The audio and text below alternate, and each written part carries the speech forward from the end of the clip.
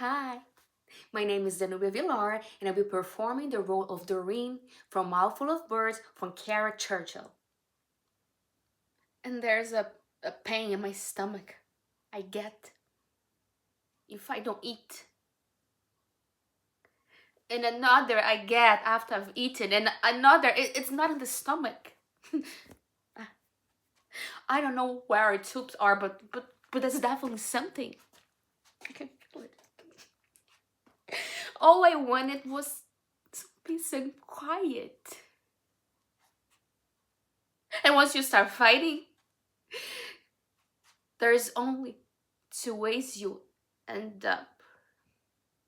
One is with 6 warders on top of you, and so they drag you, and you hand the head and over, and you keep fighting until they stick a needle in.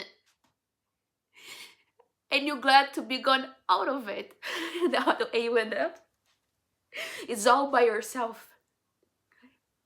I've done weeks on end. All you gotta laugh is your own piece of shit. A lot of women cut themselves. I have a friend who swallowed glass. I don't want to. I know I don't want to. I don't want to. I don't want to.